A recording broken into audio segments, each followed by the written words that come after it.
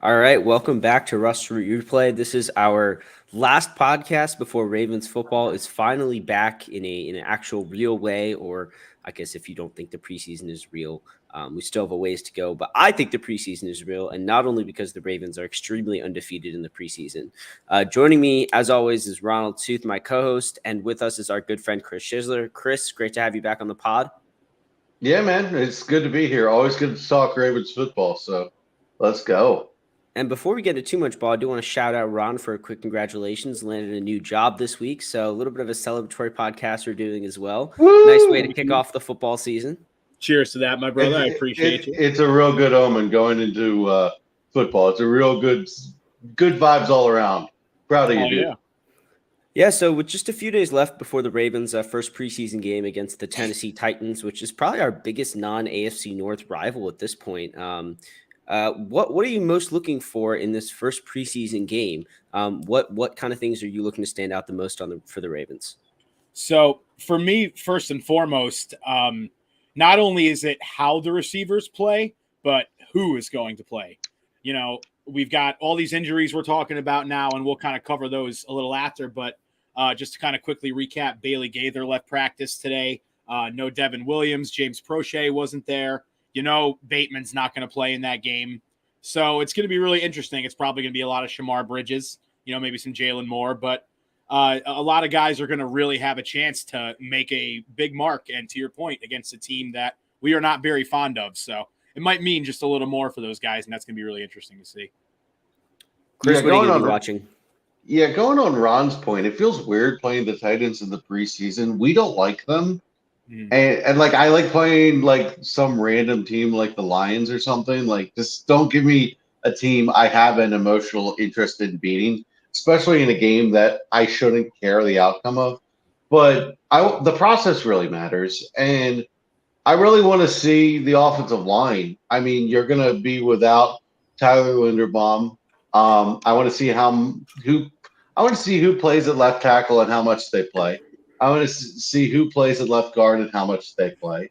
I think those things are going to be really telling because Juwan James, to my knowledge, is really the only left tackle available on the roster. He's not playing this whole game. So he might not even play much because he's the contingency plan right now. Yeah, so I'd be shocked if he played at all. I really want to know what happens with the offensive line just because I have a horrible fear of protecting Lamar Jackson. Now, he won't be playing in this game. It'll be Tyler Huntley. But I really want to see the offensive line. I want to see how that left guard battle breaks down. I want to see how the offensive tackles hold up. And I want to see if Daniel Balale can do something to really make a push to say, look, I should be on the field. Because in practice, there are days he looks better than Morgan Moses, and there are days where, oh, God, he looks like a rookie. I've seen both from him. So that offensive line is really my focus because I think Isaiah Likely, Tyler Beatty, some of the receivers, there's going to be some obvious things that everyone's looking for. That's really the offensive line is really my focus because they're not hitting right now. So this is the first time the offensive line actually gets to do their full job. Yeah, kind of in that same vein, I'm really looking for the inside linebackers. It is so hard for inside linebackers to even make any sort of an impact during training camp, and this is something that it's pretty easy to tell when they don't have full pads on, they're not going at full speed, they're not making tackles. That's where inside linebackers shine, especially guys like Patrick Queen, who classic read and react, uses his speed to just get to the ball quickly. And while he showed that a couple times in camp, he hasn't really been able to stand out yet and show that third gear leap that a lot of people are looking for. And the other thing is we don't know who's going to play next to him yet. Something we've talked about, I think, a fair amount on this pod already, whether it's Josh Bynes, Malik Harrison, and these undrafted rookies really haven't gotten a chance to shine in camp either, even though there was a lot of hype about a pretty strong class of undrafted rookie middle linebackers. It's something the Ravens have historically had a lot of success with, but you don't really get to see what they can do until they're actually playing in games, full contact competition. And so I think that's the position group I'm going to be watching closest. during the first preseason game. Ron, you brought up the wide receivers, and I think it's worth noting just for anyone who hasn't kind of seen. You mentioned Bailey Gaither, Slade Bolden was also, I think, left practice today. James Prochet was not playing today, although Devin Duvernay and Rashad Bateman did both return this week. And so, one, you do have to wonder who's even going to be out there, right? They don't want to risk an injury to Bateman. I would be surprised if they put Duvernay out there. At this point, I would be surprised if they put Prochet out there. Prochet is, I'm not sure what Prochet needs to prove, but doing it against, third and fourth string cornerbacks isn't going to show me anything that I don't already know about James Prochet. He's started in the preseason the last 2 years, so I'm not sure if the Ravens are really going to want to risk someone who's probably their wide receiver 2 right now, just because Duvernay's missed a good part of camp already. And that's, like you said, that's going to leave Shamar Bridges. I would imagine Tylan Wallace has got to see some snaps, considering he hasn't stood out particularly. Chris, that's something I noticed, is that he looked fine, but not standing out. But that is going to mean we're going to get a good look at guys like Bridges. Riley Webb, who's been kind of up and down through camp, has had a couple drops. We'll see him, I think, a fair amount out of the slot. And then, the rest of the guys, it just kind of depends on who's healthy. But I think they're going to do their best to rotate through those receivers. Any other major injury updates that you want to cover? Not really in terms of injury updates, but just to kind of piggyback off of what you were saying, like, to your point, we know that James Prochet is making this team already, so it's not super important to have him out there. We know that Devin Duvernay is going to be on this team already. So it may be sort of a blessing in disguise. I mean, granted, hopefully that all these guys who are a little banged up right now, it isn't anything serious, but this was kind of what we wanted anyway. We wanted to see who was going to be that end of the roster, maybe like 5th guy, who's going to be the one that sneaks in and makes this team. And all of those guys who are potential candidates, there's going to be no shortage of opportunity now. There's going to be no excuse. Whoever's the cream of that crop is going to rise now, that there's not going to be any threat of anybody taking any snaps away from them. Not that there really was going to be all that much anyway, because we know that most starters don't play. But the guys like the Prochets and the Wallaces, who you think they're going to make the team already, so there's really no point in throwing them out there and risking an injury, especially in Prochet's case when they're already banged up. Yeah, so I think when you look at the top 4 wide receivers, Tylan Wallace is definitely locked in that 4th spot. I think he's definitely the 4th wheel. And I think Duvernay and Prochet can go back and forth for 2 and 3. I think that's pretty interchangeable, and it might be a hot hand thing. But, speaking of injuries, Brandon Stevens, defensive back, has missed some practice. They're getting pretty thin in the secondary as well. So, I mean, getting through this game is actually going to be a little more difficult than it should be. And that's something to watch. I mean, you're going to see a lot of young wide receivers, a lot of young defensive backs. I think it could be one of the sloppiest preseason games you've ever seen. And the real problem is I don't know what to expect from the Tennessee Titans. I don't know if they've been tackling or if they've been going at it. I don't know if we're going to see Ryan Tannehill at all. I actually think it'd be really telling if we ended up seeing no Ryan Tannehill, because then all of a sudden they're saying, oh, we care about him as our starting quarterback a little bit. Well, and that's more reps for Malik Willis too. So, he comes in and he lights it up and steals the show.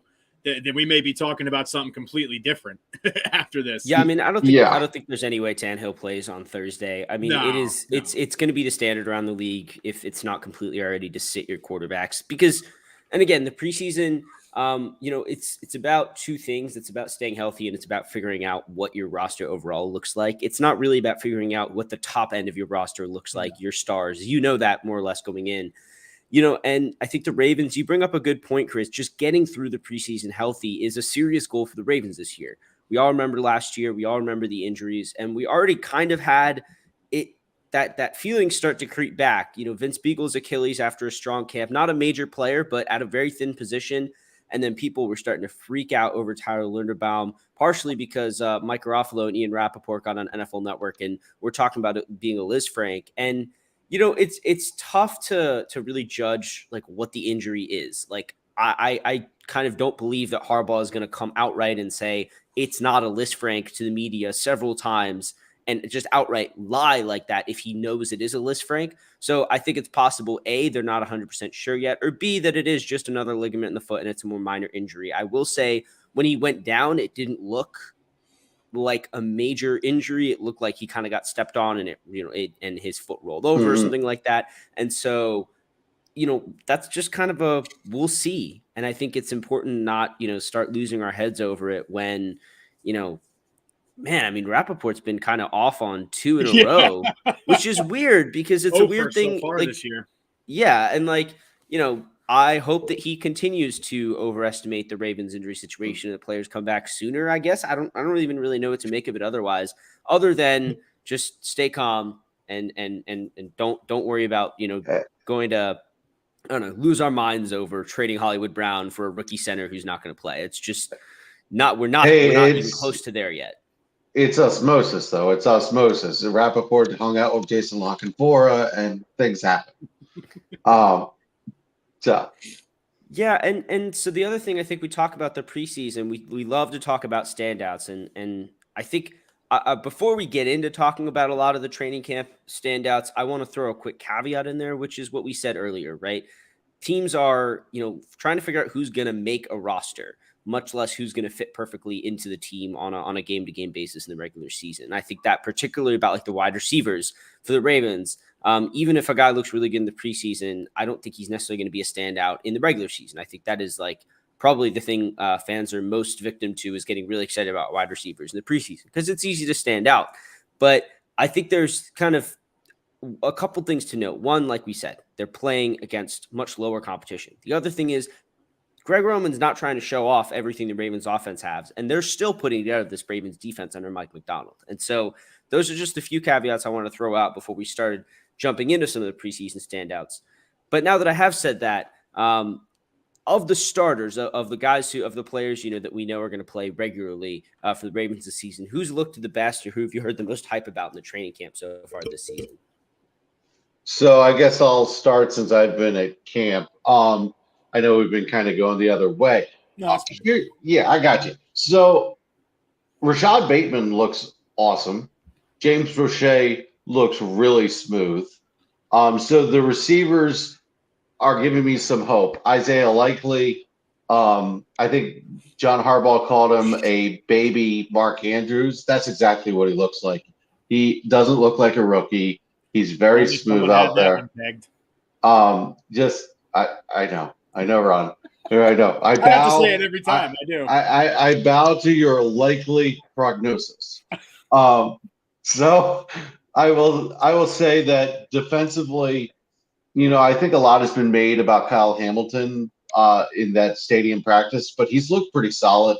I'm impressed with Travis Jones, and Odafe Oweh is just on another level. I think he is playing better right now in practice than he looks like he's about to let it loose and really do some damage. And I'm really hoping that's true.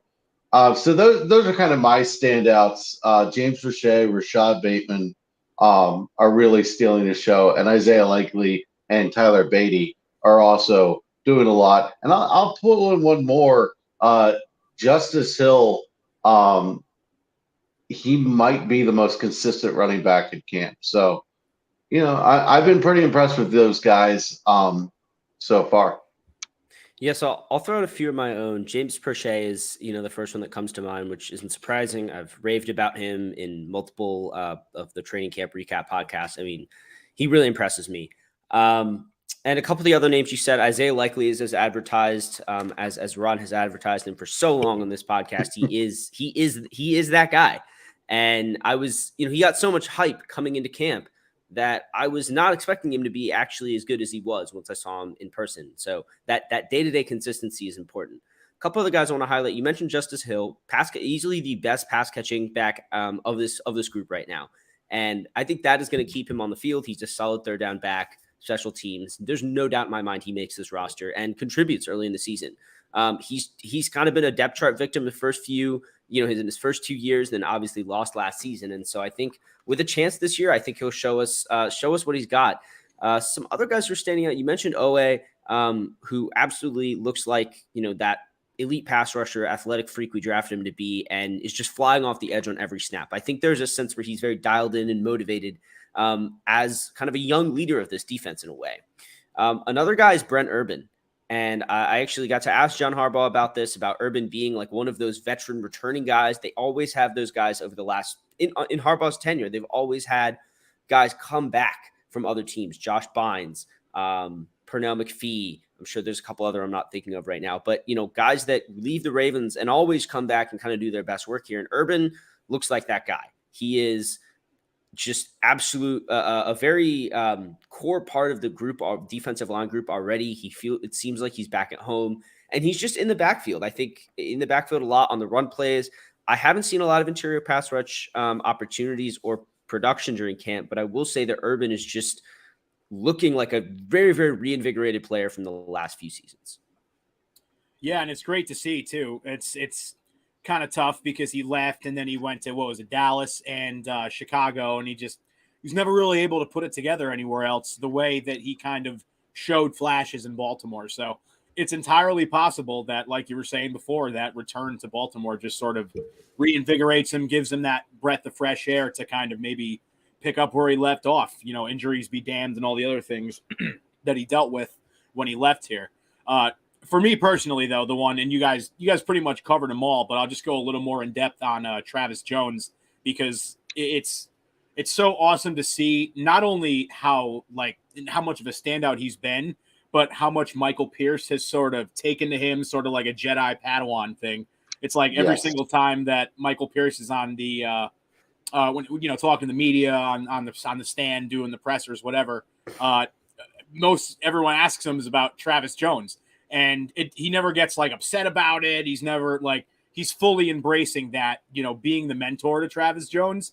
And when it comes to that, that beef in the middle, that interior defensive lineman role in the Ravens, there's not a better mentor you could have. So just that whole dynamic between him and Michael Pierce has been a standout to me and something you really love to see.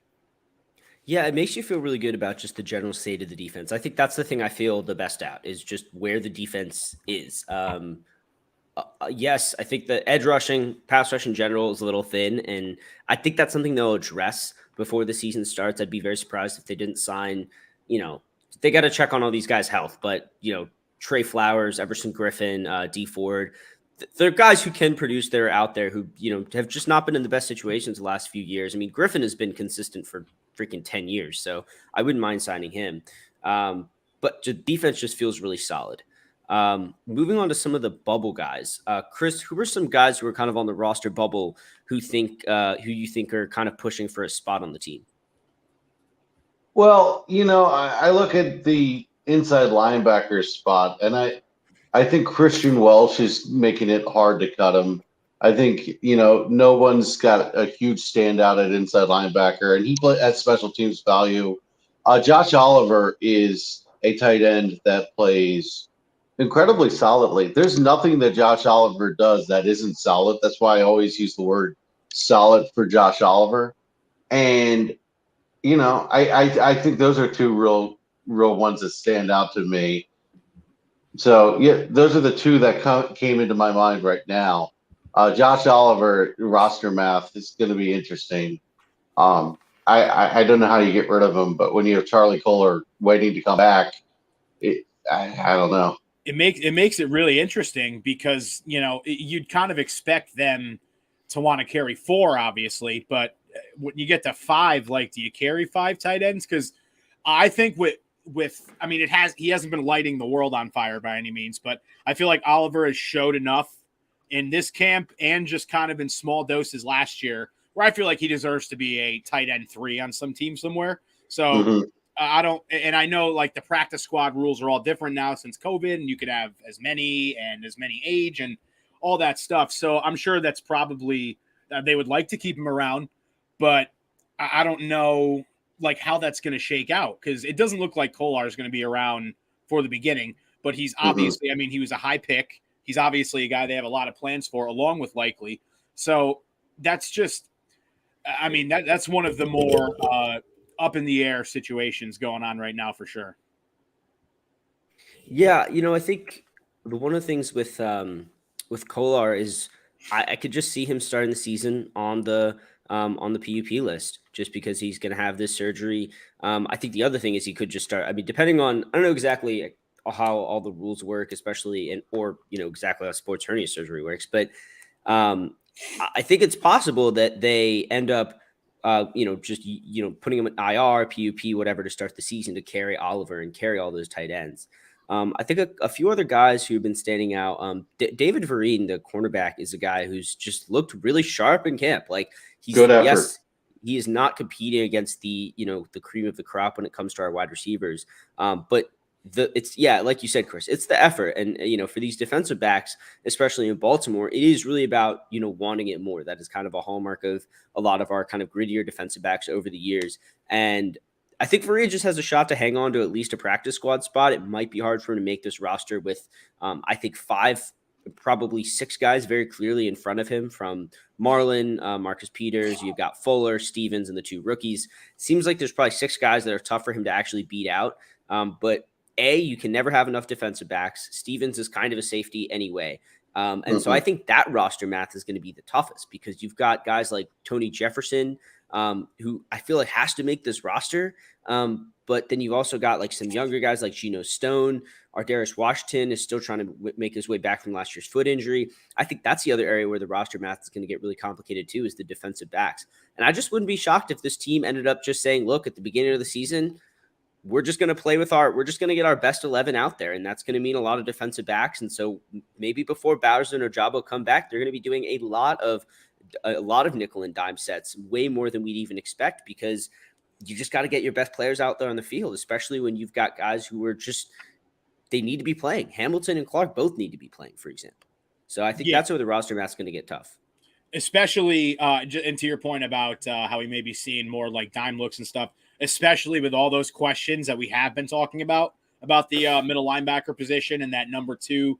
Like if we're going to go in and that's going to be like a big liability, then by default they're not. We're not going to be seeing a lot of 2 middle linebacker sets if the bodies aren't theirs, if the Jimmies and the Joes aren't there.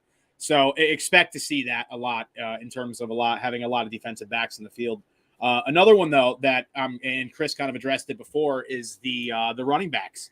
We got J.K. Dobbins back yesterday off the poop list, as I like to call it. Now we're hearing things about how Gus Edwards is not going to be ready, and it's interesting because this whole offseason it's kind of felt like that was flipped. It was, Gus only tore the ACL, Dobbins tore the ACL, MCL, PCL, QCL. It's friggin', if it's a CL, he tore it. But now here we go. He came out yesterday. He looked not 100%, but promising enough to where I'm confident that he'll play in week 1, which is something I definitely couldn't say. And you can go back and check the tape on this podcast in the last month or so. I didn't think there was a chance he was playing week 1, and now that has really kind of flipped itself on its head. So now we have him. Let's just say, for the sake of it, Edwards starts out on the poop list. We have Hill, Batty, and Mike Davis, right? And Hahn. And Corey Clement. And Corey Clement's going to be one of the ones gone. But just the idea of, when Gus is healthy enough to come back, are they going to keep all those guys? Or are they going to end up like having to cut one of them, be it a Justice Hill? Hopefully not, but like maybe a Mike Davis. Because I don't think Batty's being the youngest one. I think Batty's the one that would stick around out of those 3. But it is going to be interesting to see. And they may, and hell, if Gus ends up getting back in these next couple weeks and he's available too, that's going to be a dogfight for one of those last running back spots in the roster. Yeah, it's going to be tough. And I think, it's weird because everyone brings, all 3 of those guys, Hill, Beatty, and Davis all bring a little bit of a different flavor. And like you said, I think Beatty, the rookie, he's not going to lose his spot. And Hill, it's just tough to bet against him the way he's looking right now. And Davis not really showing out. But again, like I said, with the inside linebackers, you're going to get a chance to see the running backs in real action on Thursday. The final kind of thing I want to talk about training camp is some players who are flying under the radar. And this is kind of tough to do in training camp, obviously, because the only players you hear about are the ones standing out. But Chris, maybe like just 1 or 2 guys that you feel like you've seen kind of flash at training camp who aren't really getting a lot of love in the general Ravens community. Well, Jalen Moore, Shamar Bridges, and Benjamin Victor are going back and forth being very impressive at wide receiver. And I think you got 3 or 4 people fighting for one spot. That's really the most interesting thing going into preseason for me. Under the radar defensive backs, Demarion Williams, who we drafted this year, he's made an impression on me. He's got ball skills. He's aggressive. He plays confidently at corner, and I want to see if that is amplified or taken back a bit in a live game situation. So he's definitely under the radar in the sense that we're not talking a lot about him, but he's playing well. And under the radar, Tony Jefferson, he's practicing really well. He's back, and I don't know what you do with this guy because I love him so much. I don't want to get rid of him again. So under the radar, those are I go to defensive backs and wide receivers. I think everything else is kind of popping right in front of you, and those are my guys. Yeah, I mean, I Pepe mentioned reminds me of a little bit, not to cut you off, Nikhil. Pepe reminds me a little bit of Cortland Finnegan. Like he feels like that guy that's just going to be. He feels like that guy. I'm not saying he's going to be as good, although I think he could. Cortland Finnegan. Speaking of playing the Titans. Yeah, ironic. But I kind of get that like scrappiness from him. You know what I mean? Like I doubt he's going to be getting into fist fights on the field with some of the best receivers in the league. But I definitely sense some of that like scrappiness in him that we saw in Finnegan back in the day. He made an impression on me because he's confident. I don't think that some of the young corners look confident, like they know they're going to make a play. He goes out on the field and he plays. I'll tell you what, he's looked a lot better than Kyle Fuller. He's looked a lot better than Kyle Fuller. I think you could make a few guys have looked better than Kyle Fuller. So I wouldn't be shocked if Kyle Fuller doesn't get that much playing time in the beginning of the season. And we talk about the beginning of the season, defensive backs being the big deal. Look at the schedule for the Ravens. They play the Jets, who I know the quarterback isn't great, but you know how much speed they have at the wide receiver position. And I think he's underrated. I think he's going to take a big step forward this year, Zach Wilson. It might not be week one. And I think we're fortunate that we get them in week one because if we had them, midway through the season when they're clicking and they got Elijah Moore and Garrett Wilson on the outside. And then you get Tyreek Hill with Tua. Then you get a bit of a break with the Patriots because they have literally no playmakers. And then you play the Bills and the Bengals. So you look at the beginning of the season, and I literally could field a team of 11 defensive backs against that. It's ridiculous. I mean, I'm being hyperbolic, but the amount of defensive backs you're going to need in the beginning of the season are crazy. So with these injuries, I wouldn't be surprised if they shifted a little bit more focus towards defensive backs and evened it out as the season went along. Yeah, speaking of defensive backs, I actually think Chuck Clark's flying under the radar a little bit just because, Kyle Hamilton's getting a lot of the attention. Clark's a veteran. It makes sense. But Clark, I will say, the reaction to having a safety draft in the first round by the Ravens, all of the trade rumors, there does not seem to be any indication that Clark's headed away from this team anytime soon. I really think it would take an offer that really blew the Ravens out of the water because he just looks so sharp in practice. He's already kind of developing a good rapport with Marcus Williams. It wouldn't shock me to see a Weddle, Tony Jefferson-esque season out of Williams and Chuck Clark this year, to be honest with you. I'm not sure exactly how much they're going to rotate in Kyle Hamilton, how that's all going to work out, but Clark is sharp. And I think, having a rookie right behind him on the depth chart pushes him a little. I think he's ultra focused, not in a way that he's, not being a mentor and things like that. He was one of the first guys to congratulate Kyle Hamilton after Hamilton got a pick last week. So I don't think there's any animosity like that, but I do think Clark, just being a really, really sharp player, is flying under the radar a little bit in this defense. When you think about, what Mike McDonald is going to bring and going to need someone to kind of captain and command that defense, it's hard for me to think it's not going to be Clark, even though it's going to be tough to keep him on the field for every snap. But like you say, Chris, we're going to need a lot of defensive backs. Before we go on to like some potential moves that we could make to get this team ready for the regular season, why don't we go around, name one player each on offense and defense that you're going to be watching for specifically against the Titans. And Ron, why don't we start with you? Sure. So I'm going to shout out our boy Shamar Bridges here because he's the one that I'm looking for and the receiving room. I mean, we just talked about it, how all these guys are injured. These younger guys are going to have their chance to get their snaps. And everything we've pretty much seen from Shamar so far, he's really one of those like flying under the radar guys. Although actually, I guess it's more of just one of those bubble guys who you think has a real shot to make it because he's making plays all the time. He's out there. He looks crisp. Like he's a guy who I think is going to have a big game, and I'm really looking out for him on that side of the ball. And defensively, it's kind of tough. I guess it's not so much a player as much it's just that middle linebacker number 2 / all of those younger guys are going to be playing the whole game anyway. It's not going to be Patrick Queen taking snaps back there. So really just that whole kind of group to see which one of them, if any of them at all, can create a little bit of distance from the pack and really kind of start to separate a little bit. All right. So I feel like the obvious is either Isaiah Likely or Tyler Beatty. So I'm going to go unobvious and go with Ben Cleveland. I want to see him. Took him a while to pass his conditioning test. And I haven't seen a ton either way with him in practice. I need to see him hit somebody because he's built like Tarzan. I need to see if he can do the run blocking the way he needed to do it last year, and he didn't quite do it. So Ben Cleveland's a guy I'm looking for. And defensively, I just want any outside linebacker to do anything. Like, seriously. Dalen Hayes, you want to rush the passer? Fine. Steven Means, you want to rush the passer? Fine. I want someone to show up in the backfield that isn't an interior defensive lineman or a defensive end. I want an outside linebacker, and I reserve the spot to whoever will do it because I know Odafe Owe's there. I know Justin Houston's there. They're not playing. Well, Owe might play a little bit. Houston's not playing. So I just literally don't care who it is. Jeremiah Moon, I don't care. Anybody you want. Somebody rush the passer and show me something.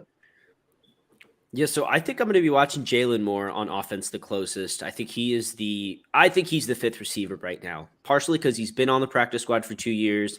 He's working hard on special teams, and the Ravens have a little bit of that old school mentality when it comes to a player that's been on the practice squad for a few years versus an undrafted rookie, especially at receiver in terms of making the team. I just, they're a little bit old school like that. Like they still put all the rookies at the very bottom of their first depth chart every year. Whereas I think the Giants have like 2 or 3 starters on offense. Meritocracy, if you will.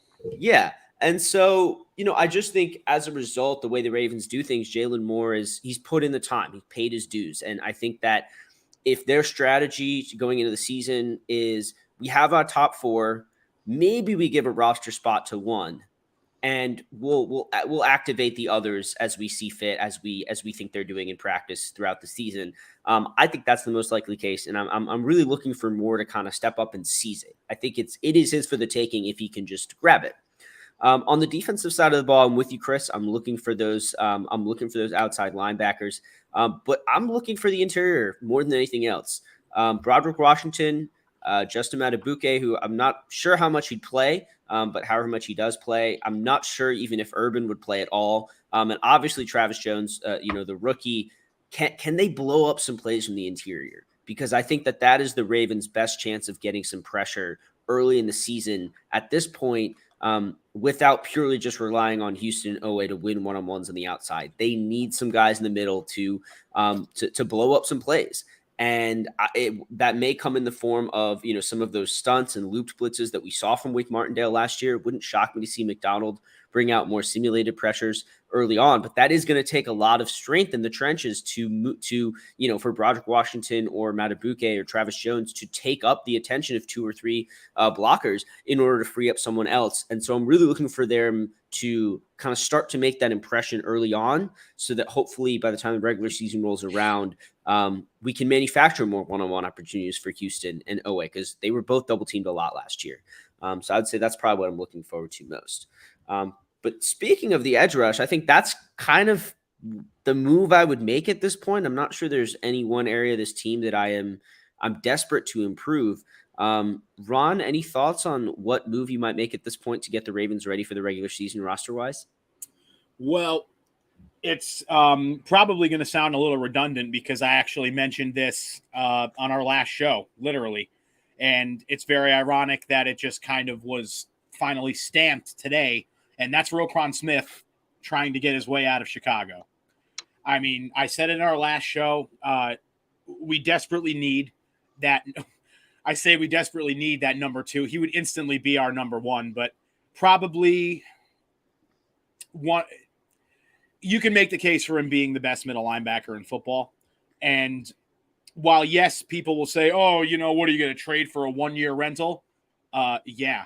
Even if we can't pay him, even if he wants to go somewhere else and make a buttload more money next year, we're in Super Bowl now mode. Like, these are the moves that the Rams make. These are the moves that the teams make. And to be fair, the Ravens have done it too. When you look at guys like Marcus Peters and the guys that they brought in over the years, it feels very Ravens. And it would kind of help wash that Bobby Wagner. I was going to say help wash the Bobby Wagner taste out of my mouth, but that would have been a big pause. So, and then he goes on to say it anyway. Oh man, God, he already signed with the Rams, right? Like you can't get him in Baltimore now. No, obviously, you know what I'm saying though. Like that was rough, and we knew that this was going to be a hole. And if there is a way that they can bring him in, considering what he's going to be making this year, I think there's a chance that because he's not playing in Chicago, I don't think he's not going to risk his career on a what's probably going to be a sub-5 win team and potentially have an injury that messes him all up before he can get his first payday. Now, if he can get traded to a team that's a legitimate Super Bowl contender and he can really up his stock this year, we'll say. I think that would be a slam dunk for both parties. Well, this is why I need to go first because Ron stole mine, but I have a plan B, so it's fine. Robert Quinn, yeah. Robert Quinn would be my plan B. Same team, different player. Talk about a team that might be sellers before the trade deadline. No, just do it now. You need pass rushers. This is a guy who had a boatload of sacks last year, 18.5 sacks, 101 in his career. How he's still going strong is beyond me. But him and best Calais season last year. Yeah, it's insane. But him and Calais Campbell, get the longevity right side of the defensive line. That sounds great to me. So Robert Quinn as a pass rusher, if I can't get Roquan Smith, that's where I want. I'd obviously like Roquan Smith because then you don't need to use Chuck Clark as an extra linebacker. Then you don't have linebackers who can't cover. Then Patrick Queen becomes more of a weapon doing what he does well and not being stretched outside. So that Ron stole mine. But Robert Quinn is definitely an answer. And I think it does a lot more than signing Jason Pierre-Paul.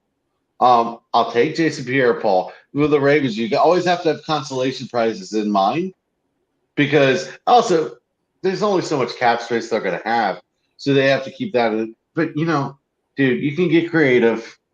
If you get either Roquan Smith or Robert Quinn from the Bears, I'll be a happy camper. And either way, I think the move is defensively because I think you get that run game going. Lamar's back. I think the offense is going to take care of itself. And a lot of people whining about wide receiver are going to look stupid when Rashad Bateman's a true number 1 and James Boucher and Devin Duvernay are solid. Are we going to be wide receiver landing spot of the NFL? Is it going to be the greatest wide receiver team? Probably not. But guess what? Our tight ends are wide receivers, so who cares? The defense is what worries me. And more specifically, it's the front 7. I feel good about the inside of the defensive line. I want to see some edge rushers and linebackers brought into the equation. So completing the team, that's something we haven't done. And the fact that we're going to sign Bobby Wagner speaks to that. Yeah, so I think I don't know. I think I want to see more out of this inside linebacking group. I really think there is a second inside linebacker already on the roster out of what we have. And I'd be interested in trading for Smith, but the problem is just the cost. If they're asking for a day 2 pick for 1 year of Smith, and then he wants a big deal that I'm not willing to shell out for an off ball linebacker right now, that's a tough Really, sell. a day 2 pick, you wouldn't?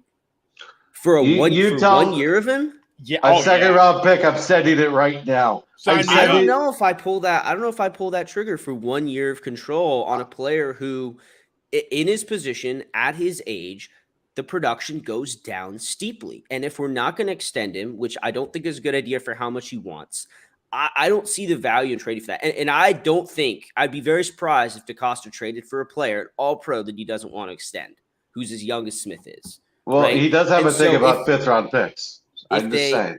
if they want to trade for him and extend him, I'm actually would not be super happy with that, just because it is so tough to pay that much money. And again, if you want to backload the contract, if you want to make it a little easier for this year and next year, and then potentially have an out in 2 years or something like that, you could look at it. But based on his negotiations with the Bears, it doesn't seem like he's gonna take a very easy to work with contract. And so I think Quinn, I'd be more interested in just for the pure pass rushing need.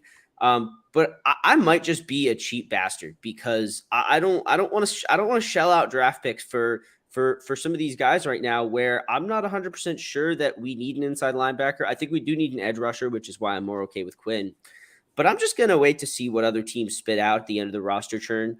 I think Malik Reed of the Broncos is a potential outside linebacker cut for them. They drafted Nick Bonito. They signed Randy Gregory. I just don't know if there's enough snaps to go around. He's in the last year of his deal. I'd rather claim a guy like that off waivers and see what he could do, and see how he can help hold us over until later in the season. Obviously, he's not the same as, I'm not going to argue he's the, as he'll put up as much production as Robert Quinn, but he's got 13 sacks in the last 2 years, despite not really playing all that much. I think he'd be a fine player. So I kind of feel the same way about the receivers. I think that there are going to be some decent receivers cut that hit the waiver wire, when roster cuts happen. And I think that's going to be our best chance to pick up something on offense. I think I'm nervous about trying to have Robert Quinn replicate his production from last year. And I'm nervous about renting a player for 1 year who wants a top of the market contract. I think that's just a little bit of a tough pill for me to swallow, when the regression of off-ball linebackers after that first contract is just so clear. It just happens to almost every single one of them. Almost, but at the same time, I don't think, there's plenty of example of guys out there who have had, 10, 15-year careers at that position. And they're the elites, but I put Roquan Smith right up there. So Ray Lewis made a big difference in this franchise, did he not? Yeah. Yeah. I mean, that's no, obvious. I'm not comparing him to Ray Lewis. But what I'll say is, when you have an all-out playmaker at that position next to Patrick Queen, I think it really makes the whole thing work. Mm-hmm. And we keep talking about getting back to 2019. What did we do in 2019 when we needed a boost? We traded for Marcus Peters, and we figured out the extension a little bit later. Look, you have to go all in right now. Lamar Jackson's contract is the looming thing that we haven't talked about. By the way, I'm proud of us for not talking about it. I think we're the only media outlet of the world not talking about it. So good job, guys. I got a bunch of shit. I got a bunch of crap for it on Twitter the other day. So since I was calling out people for asking about it still. So from then on, I was like, whatever, you guys can talk about it. I don't care. Fair enough. But you want to get back to 2019. A lot of that is just going all for it and believing that it's your year to win a Super Bowl. And if you think you can go all in this year, I've never seen a year to go more all in. And if that means I don't have a second round pick next year, totally okay with it. And that means I have a contract I have to figure out what's due. That's life in the NFL. I think you have to win a Super Bowl this year. It feels like a year you have to go for it. So I have no problem making a big trade. Do we need to? Maybe not. But we do need both an inside linebacker and a pass rusher. And if you can only fix one, do it. So I've read Moneyball probably too many times in my life. And one of the main tenets of Moneyball is anytime you feel like you have to do something, you're already screwed. And so I'm very cautious about saying you have to push all in this year. You don't. Lamar signs an extension. He could have like a 2 million cap hit next year. Probably not that low. Ravens don't like having those crazy numbers spread out like that, those crazy uneven cap years. But he could have he could likely have a cap hit that's well below. I think he's 23 this year, something like that. He could have a cap hit in the low teens, 10 million for next season. And even with some of the escalators that you have for guys like Ronnie, guys like Mark Andrews, even though you do have some of those contracts coming due more next year, you can still make moves in the offseason and free agency. And so I don't think it's necessarily that I'm worried about being able to fit Roquan, his contract into the books in the future. I'm just not really sold on shelling out a ton of money to an off-ball linebacker right now versus waiting until next summer and plunking down a bunch of money for an edge rusher to come or something like that. Or maybe not an edge rusher because we wouldn't need it as much then, but we will need probably more offensive line help at some point in the next 2 seasons between Zeitler, right tackle, something like that. And so I just don't like we have to make this move because we have to win a Super Bowl this year. I think if you already looked at the way the team is set up right now, coming off of last season, I'm not really expecting them to just rip off a Super Bowl run here.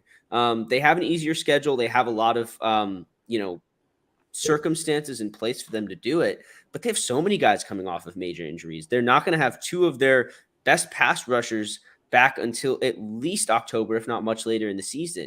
And so I think that saying, oh, we have to make the move this year, in a year that is still marked by a lot of uncertainty up and down this roster, I feel like you're actually a little bit wiser playing it cautious instead of pushing your chips in, because what if someone reactivates their injury? What if there is no Stanley? And then all of a sudden you've already made your move for a middle linebacker and edge rusher where that's not where you need the help midseason.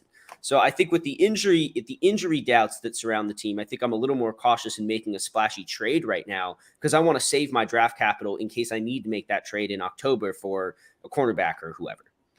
Just playing devil's advocate, though, there's a lot of questions, and we just talked about it, and I guess now we have to. We kind of jinxed ourselves, but we don't know what's going on with Lamar's contract. This is like the only year where we know exactly how much we're going to be, say he doesn't sign, say we got to throw him on the franchise tag the next 2 years and he's on the books for what's it going to be at that point, 35+ million. Like, I feel like this year more than ever is the one you go in for because everything is just kind of out in front of you. There's so many uncertainties next year. When you look at Ronnie, we save a lot of money by cutting him next year after June 1st. Marcus Peters, I'm sure, will be the same way. He'll be a guy, they're already talking about him in the media, or were talking about him before this season as a potential cut candidate. With all the guys they drafted this year,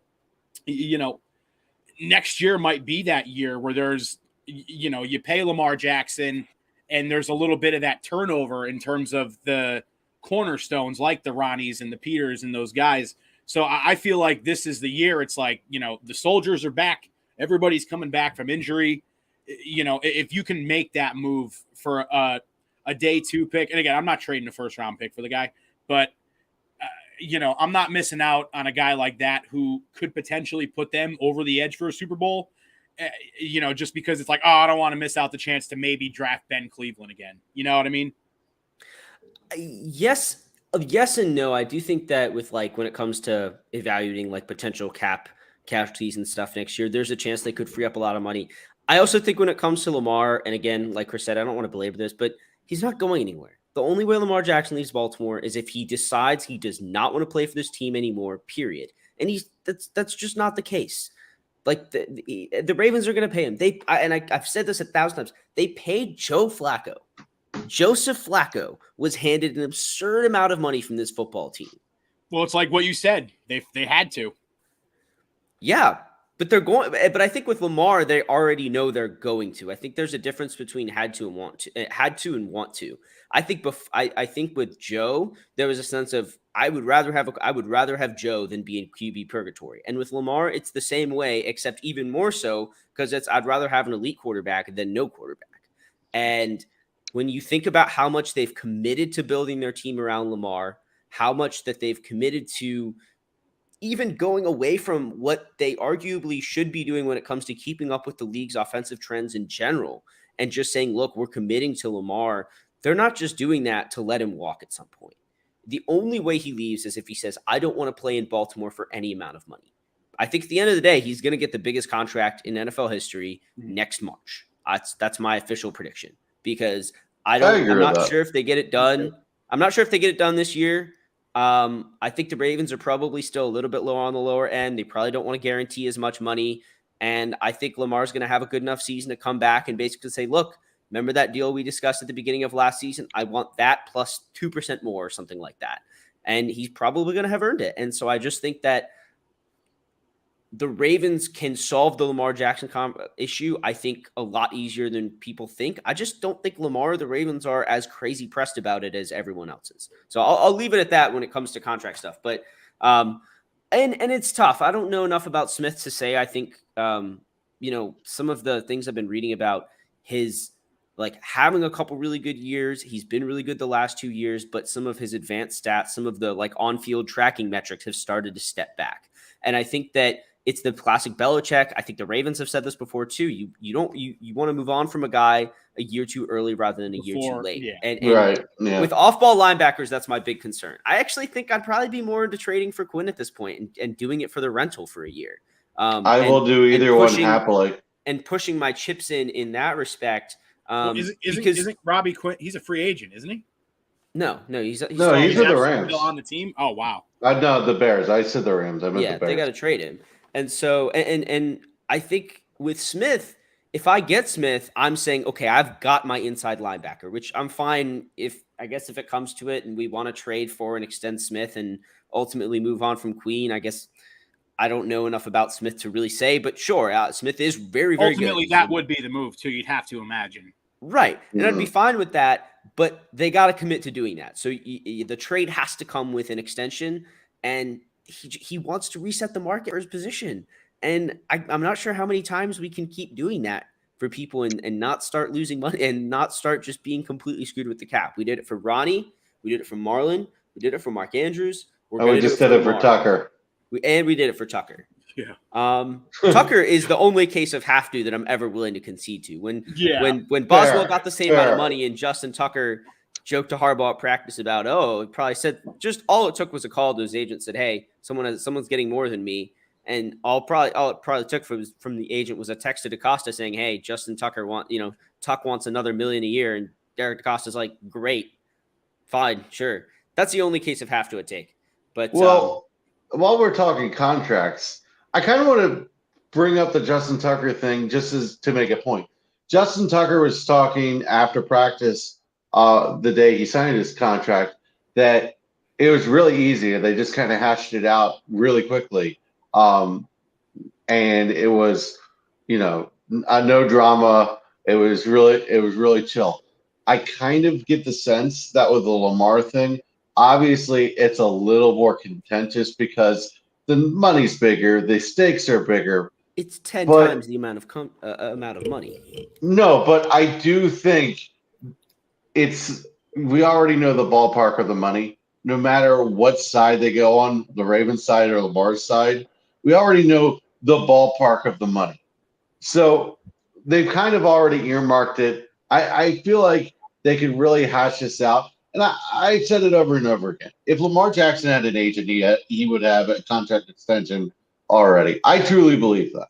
I truly believe if he had an agent, this would have got it done. Because the Ravens have every incentive to get it done. Lamar Jackson has some incentive, but you know what? He can wait. And, the Ravens, though, they're not being pressed by Lamar Jackson. It's not like Lamar Jackson is making an issue. Honestly, if you don't listen to 105.7, you don't think about it. It's honestly the most hilariously chill major franchise quarterback negotiations to ever have existed. The Bengals are selling naming rights to their stadium to afford Burrow, and Kyler's got a freaking homework clause, and which is the worst thing I've ever seen in a contract. The clause. And Kyler every time Murray's you ask homework Lamar clause is about the it, worst thing I've ever seen in a contract. yeah. It And drives me every up a time you wall. ask Lamar about it, it's just like, yeah, we're talking, whatever. Maybe You a have deal, to ask maybe a your deal will get starting done, quarterback. maybe not.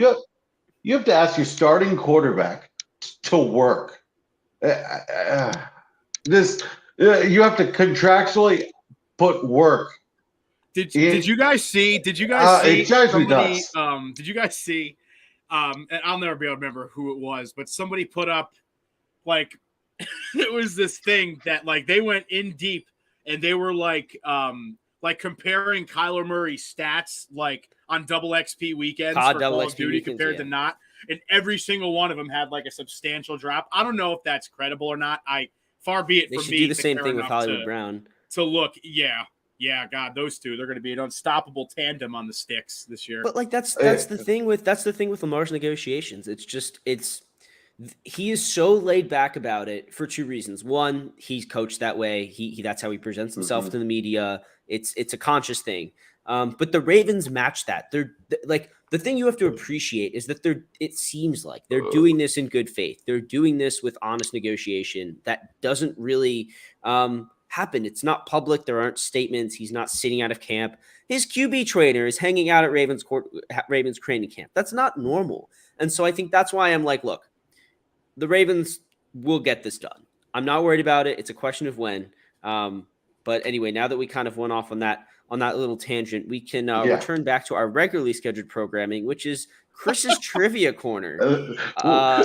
We were going to transition. We were going to keep it tight transition. today. It's so funny. We were like, yeah, nice short one in and out. The second we got on the Roquan Smith and like slashed Lamar's contract. Oh yeah, but that's how you know we're having fun. All right. I will say it's probably one of like our most like philosophically like football productive conversations we've had in a little while. Now that we're actually getting into very like real questions during the offseason, it's all like, oh, what if we did this? What if we did this? Yeah, exactly. And now it's like Roquan Smith wants a trade. What are you going to do? I think it's a lot more interesting that way. So I appreciate it. All right. I believe I stumped you 100% last time.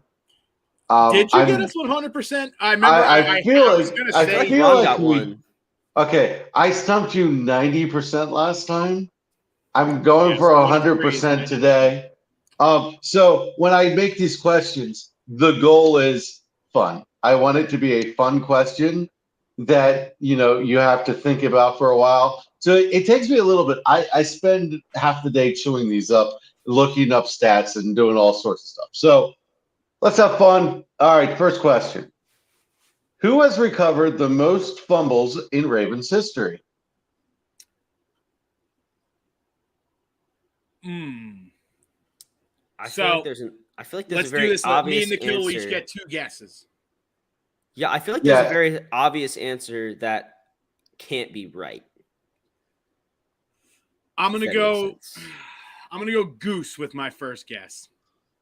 Tony Saragoose is your answer? Yeah. You're wrong. I gotta say the obvious. Okay, I have two things I want to add here. One, I'm assuming we're only talking about defensive players, right? No, it's all players are okay. In here. But I don't really. All right, so I think the obvious guess I have is Ed Reed, which I think is now not true because we're talking about not just defensive players. So I think the only other person it could be is Flacco, because if we're not only talking defensive players. Yeah, because he recovered so many of his own fumbles. He just fell off the ball a bunch of times. I was going to say him or Flacco. So I didn't think. I was hoping you would just go down the rabbit hole of defensive players, and that was my strategy here. I have to give Nikhil props for it. It's Joe Flacco, and he recovered 26 fumbles. He fumbled 80 times in his career. He recovered 26 fumbles in 163 games. Yeah, so I knew he had about a fumble. I knew he had a lot of fumbles. So that was one thing. And his rookie season, holy crap, he fumbled a lot. The other thing was it had to be a player who's been here a while. And I know Ray and Ed Reed both recovered a ton of fumbles, and so it would have to be someone who surpassed them. So that was the only thing that made sense. So yeah, I was convinced that you guys would be like Suggs, Reed, and Lewis, and then you just keep going down the rabbit hole. So I have to give you got me thinking out of the box already is the thing. All right, so that's good. I'm impressed. I will take the loss there with pride because I got Nikhil to do some thinking. I like it. Has been stumped. Oh well. All right. Number 2, Peter Bulwer was one of the greatest Ravens of all time. What was his career high for sacks in a season, and which year did he do it? Well, I definitely can't tell you the number. I'm going to guess the year was. Yeah, I've no idea about the year 2001? either. You got the 2001 year. Yeah. You got the year. I was either going to guess 99 or 2001. I know it wasn't 2000 because he didn't have. I'm going to go 13 and a half. He didn't have a game-breaking season. I have Wrong. no idea what his career high is. What's his career total? Does anyone know off the top of their head? 70. No. 70? Yeah. I mean, 13 and a half, 14, 15. It's got to be somewhere in there. It can't be like I'm going to go, all right, like that.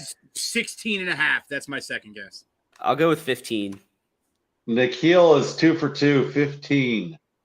Damn, son. I mean, that's you. I literally landed right in between your range, Ron. I got so the year. You're both over the crowd. So, all right, so you're doing a little too good on this, so I have to bring it next time. The third question is technically a Baltimore Colts question. I think it counts because I'm never going to answer this. Yes. All right. What was the middle name of Johnny Unitas? And here's a hint. It's the last name of a DC Comics character and an ancient Roman Emperor.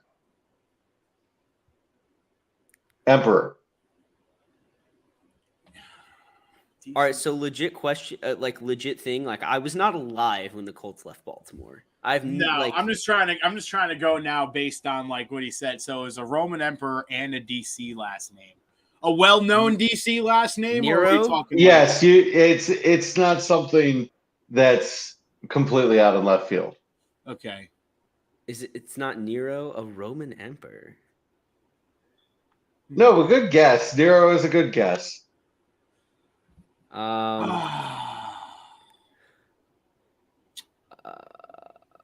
don't know. I think you got me. I don't want to waste too much dead air, but is Unitas? Do you guys know, is Unitas religious? Like, do you know if he's like notably religious or anything? Well, the question is, was his parents religious? I guess because it's his sure. Name.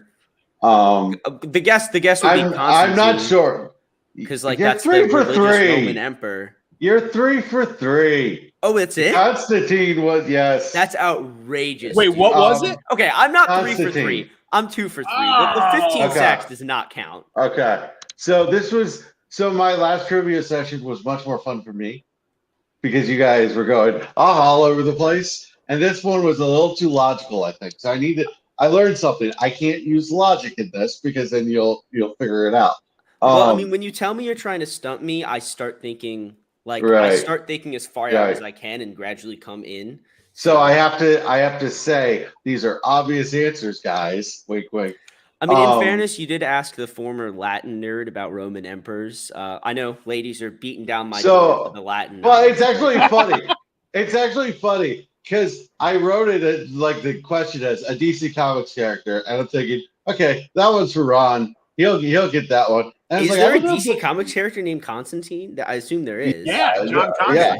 Yeah. I mean, he is a really, really tricky magician.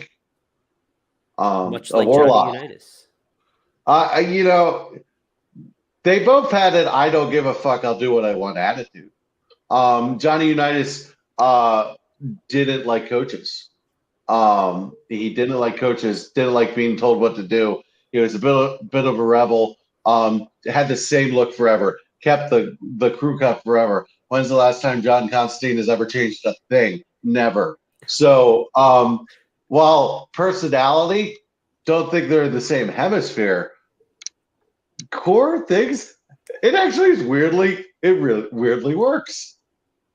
So, all right. Well, I don't think I'm ever gonna forget Johnny Unitas' middle name now, Constantine. Man. Yeah. Well, so I originally looked it up. It actually is literally John Constantine too. That is hilarious. Like Johnny, That's so. I looked up Johnny Unitas because I remembered he finished his career with the Chargers, and then I remembered Jarrett Johnson finished his career with the Chargers. And it was like, how long was Unitas with Baltimore? And it's like, so it doesn't match up with Jarrett Johnson's years. I was like, that would have been good. It would have been too good.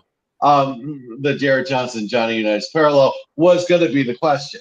So then I was like, wait a second, is that really his middle name? So, yes, John Constantine played for the Baltimore Colts. You heard it here first, folks. So those are my 3 trivia questions. I guess if you want to wrap this puppy up, we can, or honestly, we could just keep talking forever because this is fun. I guess we have to wrap it up.